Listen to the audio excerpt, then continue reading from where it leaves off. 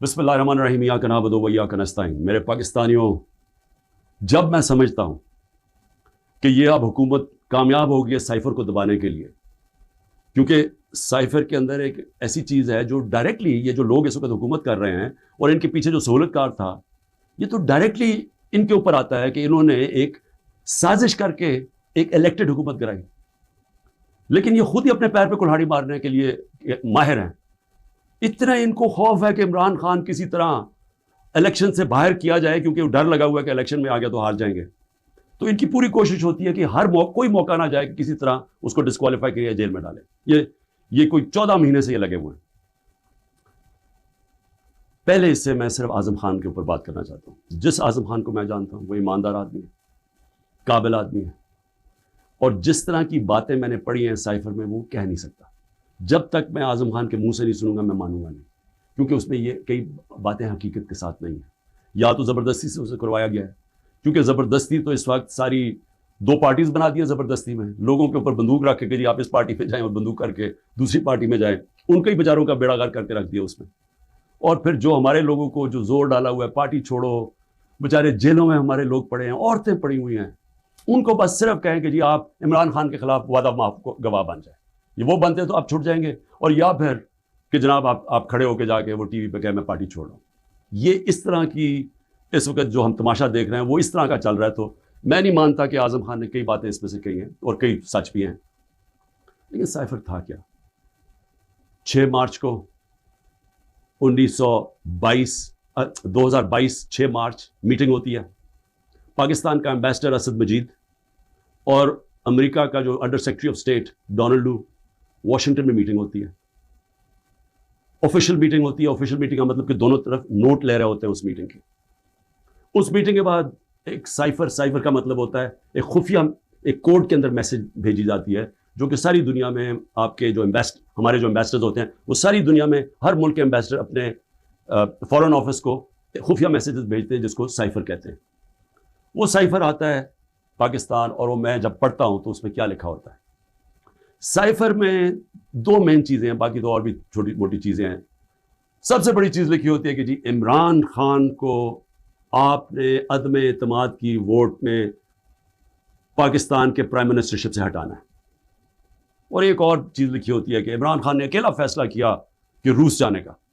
آپ کو پتہ ہے روس، اور تب تک جنگ شروع ہو چکی تھی روس کی یوکرین میں، تو عمران نے اکیلے نے فیصلہ کیا، جبکہ اسد مجید ہمارے ایمبیسڈر کہہ رہے ہیں کہ نہیں، عمران خان نے اکیلا فیصلہ نہیں کیا، یہ سب سٹیک ہولڈرز نے مل کے فیصلہ کیا تھا۔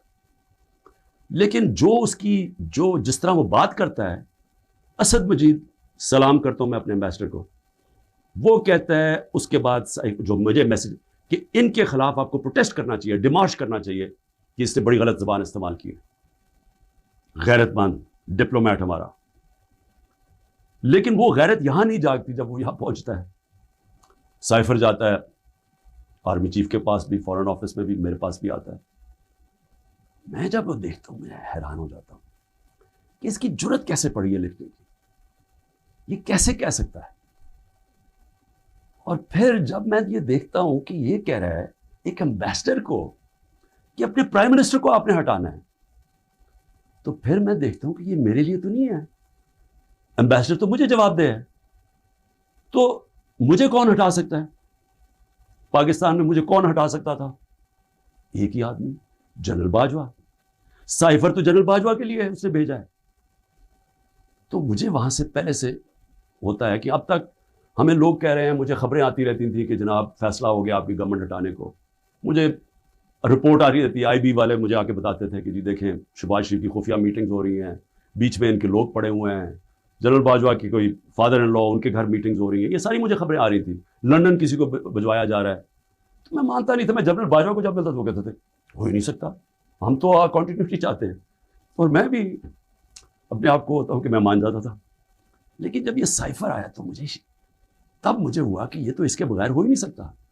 پھر سے کہ کون پرائم منسٹر کو ہٹا سکتا ہے سوائے ایک آدمی کے جس کے پاس پاور ہے پاکستان میں، تو پاور ادھر ہی ہے، سپر کنگ ہے، سب پوچھنے والا کوئی نہیں ہے، لیکن پاور ہی پاور ہے۔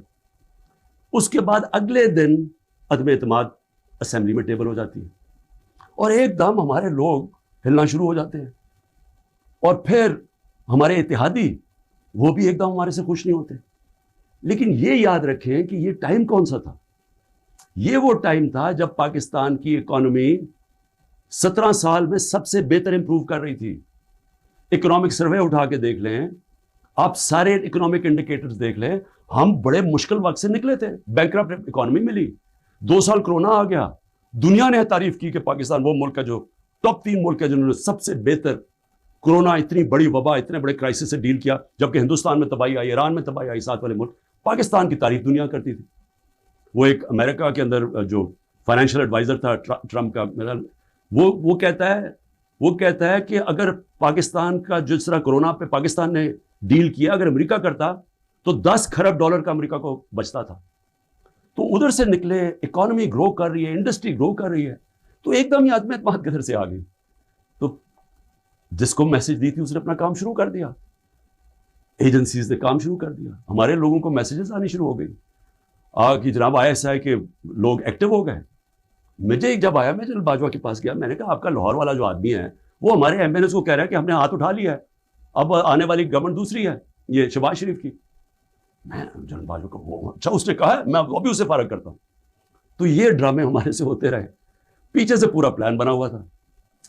اچھا میں نے پہلے تو میں یہ کہوں کہ مجھے اتنا شرم آئی, مجھے پاکستانی ہوتے ہوئے, میں آپ کو سچ بتانا چاہتا ہوں, مجھے شرم آئی کہ اس کی جرت کیسے ہوئی کسی چھوٹے ایک آفیشل کی کہ جو ہمیں اتنی بڑی دھمکی دے دے اور ایمبیسڈر کے ذریعے میسج بھجوائے کہ پرائم منسٹر کو ہٹا دو.